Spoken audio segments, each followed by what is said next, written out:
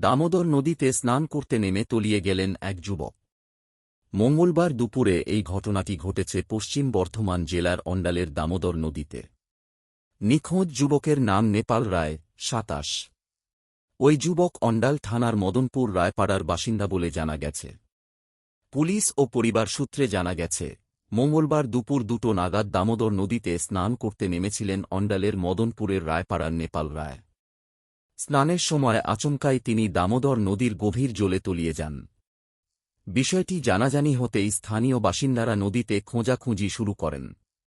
পরিবারের সদস্যরা খবর পেয়ে নদীর পাড়ে ছুটে আসেন। খবর দেওয়া হয় অন্ডাল থানায়। সেইমতো পুলিশ আসে। পুলিশ উপস্থিতিতে স্থানীয় বাসিন্দা নদীতে তল্লাশি অভিযান চালানো শুরু করেন। কিন্তু মঙ্গলবার রাত পর্যন্ত নিখোঁজ যুবকের কোনো সন্ধান পাওয়া যায়নি। এরপর বুধবার সকালে পুলিশের দেওয়া খবরে এলাকায় আসে জেলা প্রশাসনের ডিজাস্টার ম্যানেজমেন্ট গ্রুপ বা ডিএমজির উদ্ধারকারী দল। তারা নদীতে নেমে তলিয়ে যাওয়া যুবকের খোঁজে তল্লাশি অভিযান শুরু করে। শেষ খবর, যুবকের খুঁজে পেতে নদীর বিভিন্ন অংশে তল্লাশি চালানো হলেও তার খোঁজ পাওয়া যায়নি। তবে নেপাল রায়ের কোনো সন্ধান পাওয়া না যাওয়ায় গোটা ঘটনাকে কেন্দ্র করে উদ্বেগ তৈরি হয়েছে তাঁর পরিবার ও এলাকা।